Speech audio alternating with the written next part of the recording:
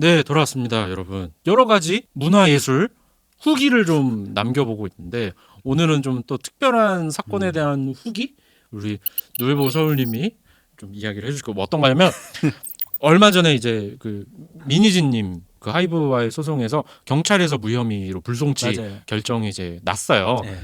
제가 처음에 민희진님께서 그 기자회견했을 때 있죠. 그 유명한 모자와 이제 예, 초록색 티셔츠 맞다이로 들어와. 맞다이로 들어와서 제가 굉장히 공부를 많이 했습니다. 당시에 이 사태에 대해서 혼자 진단을 해보려고 네, 혐의 없음 결정이 났을 때도 이번에 다시 한번 파야겠다라는 생각이 드는데 한편으로 굉장히 조심스럽습니다.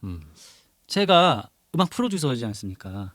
민희진님과 작업을 할 수도 있잖아요. 언젠가는 재수가 좋으면 예, 예, 죽기 전에 한번 할 수 예, 있잖아요. 예.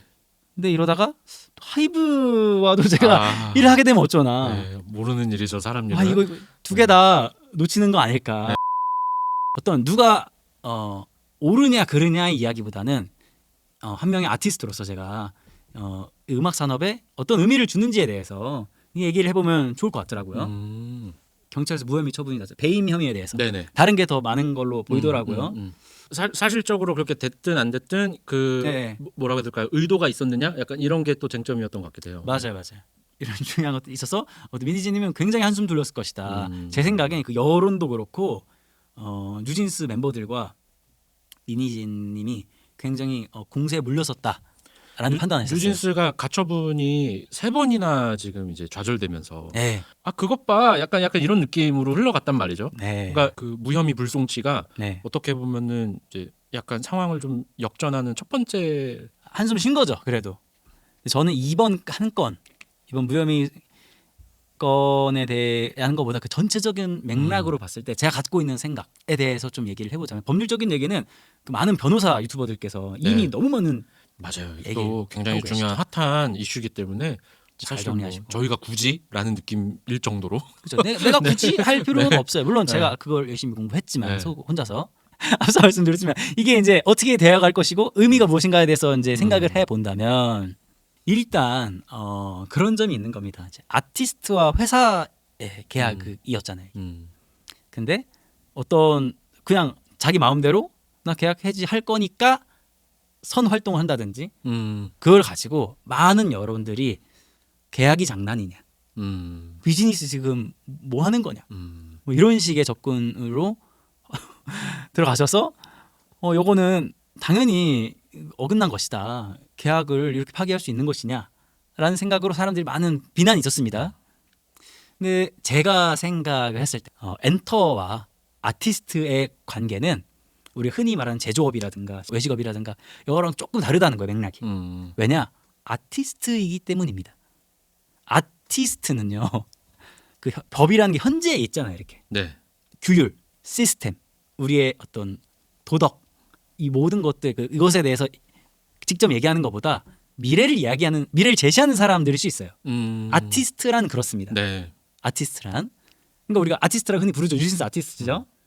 그렇기 때문에 이걸 일반적으로 그 예술인을 비즈니스 투 비즈니스로 그냥 맥락으로 볼 수는 없다라는 측면에서 마치 부부관계와 조금 비슷하다. 이것은 사업을 할 때 계약관계는 이렇게 딱딱 그어지고 계약한 대로 완전히 준수해야 되고 이런 것들이 있지만 부부관계는 그렇지는 않잖아요. 그 맥락이 있고 컨텍스트 안에서 이루어지는 감정적인 것들 이런저런 게 있다는 겁니다. 이 관계가 파탄이 되면 창작을 할 수 없는 거죠. 네. 이 엔터 비즈니스 안에서. 네네네.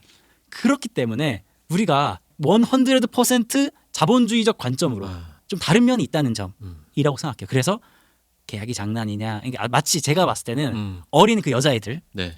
뉴진스. 뉴진스를 비방할 때 어린 여자애들과 커리어 우먼, 여자. 근데 이제 세상 거의 모든 사회 구성원들이 이제 남자 비즈니스맨들이 이제 주어지고 있잖아요. 일단 네. 지금까지는. 네네. 그래서 이걸 좀 우습게 보는 것 같다는 생각이 드는 거예요. 그 비난 안에 들어가는 맥락 안에는. 그래서 현재 우리가 가지고 있는 법과 상식으로 다 판단할 수 없는 부분이 있고 그리고 이번 판결로 인해서 앞으로 나아갈 결정될 판결들도 마찬가지로 우리 엔터 산업이 방향이 좀 결정되어질 것이다라고 생각해요. 네, 그게 특히 하이브 사태라고 하죠. 네. 사람들이 관심을 많이 갖는 이유가 그거라고 봐요. 그러니까 뉴진스라는 그룹, 민진이라는 개인의 어떤 일이라기보다는 이게 어떻게 결정되느냐에 따라서 우리 한국의 예능의 어떤 비즈니스의 형태가 네. 판례라는 것이 이제 생기니까 그렇죠. 달라질 수도 있지 않나 이런 우려들을 또 하시는 것 같기도 하고.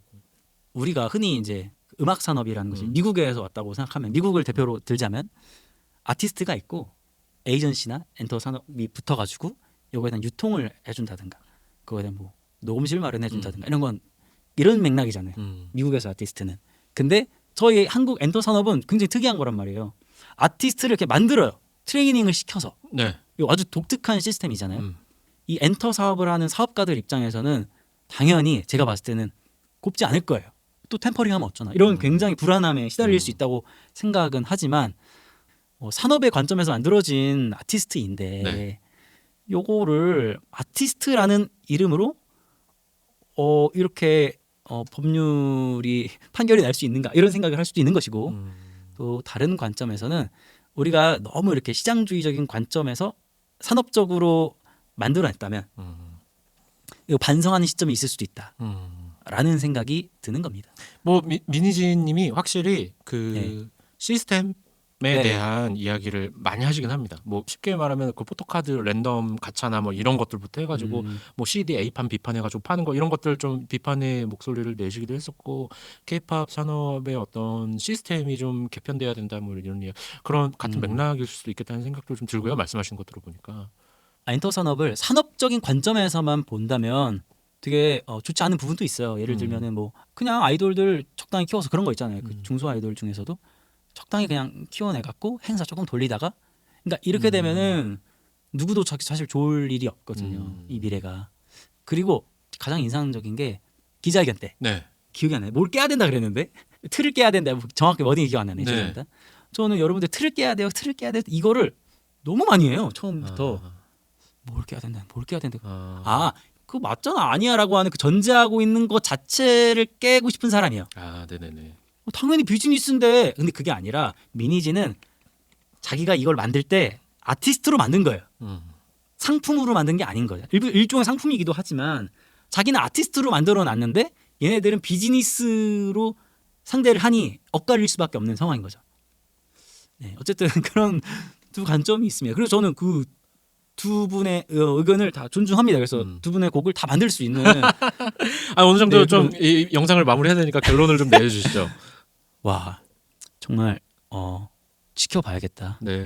생각을 하고 있습니다. 네, 어떻게 되든 간에 어떤 형태로 진행이 되고 결론이 나든 간에 그러니까 네. 한편으로는 그런 의견들도 있을 것 같아요. 이제 네. 아티스트는 아티스트대로 비즈니스와는 달라라고도 하지만 그러면 아티스트 위치에서 일을 하지 왜 CEO를 달아서 이 로마에 가면 로마법을 따르라 뭐 이런 의견들이 또 있을 수도 있겠다라는 생각을 이제 저도 조금 해보고요. 네. 다만 그런 부분은 맞는 것 같습니다. 그러니까 뭐 잘잘못을 떠나서 말씀하신 것처럼 어떤 게 뭔가 혁신이 일어나고 발전이 되려면 뭐 이 판은 원래 이런 판이야 이렇게 해가지고 딱 시작하는 게 아니라 좀 새로운 관점으로 볼 필요도 있긴 하겠다. 이런 생각이 제가 좀 새로운 산업이 나타나면 법도 바뀝니다. 하나씩. 법은 바뀌는 거니까 이런 것들을 가지고 우리가 아무튼 지켜봐야 되니까. 그리고 저는 어쨌든 그게 가장 관심사일 것 같아요. 이제 민희진님의 이 하이브 사태 이런 것들이 다들 궁금하기도 하지만 결과적으로 뉴진스가 어떻게 될 것이냐. 그렇죠. 무혐의 불송치가 중요한 거기도 하지만 사실은 여러 가지 중에 하나라서 딱 꼬집어서 얘기할 수는 없는데 저는 무혐의 불송치 됐으면 그러면 혹시 민희진님이 어도어로 복귀를 다시 할 수도 있을까? 배임에 대한 혐의가 없다면 어도어에 민희진님이 복귀한다면 뉴진스도 그러면 어도어와의 계약 파기를 주장할 필요가 없어질 수도 있을까? 아니 어도어에서 정상적으로 다시 활동을 재개한 뉴진스를 만날 수도 있는 걸까? 여러 가지 그런 생각들도 조금 들었습니다만 아마 그렇게 빨리빨리 결정되진 않고 시간이 필요할 것 같습니다. 네, 그 뉴진스 멤버들의 청춘이 지나가기 전에 얼른 해결됐으면 하는 바람이 모두 바람이겠죠. 네, 그럼 저희가 이렇게 문화예술의 여러 가지를 좀 후기를 남겨보려는 시간을 가지면서 이런 뉴스 기사라고 해야 될까요? 뉴스 기사에 대한 후기도 잠깐 일종의 교양 있는 레카 나눠봤고요. 네, 여러 가지 좀 의견들이 있으실 것 같아요. 또 지켜보시죠. 네, 저는 두 곳 모두와 협업이 가능한 아, 네, 선수라는 점을 알겠습니다. 다시 한번 밝히고 있습니다. 알겠습니다. 오늘 여기까지 마무리하겠습니다. 감사합니다.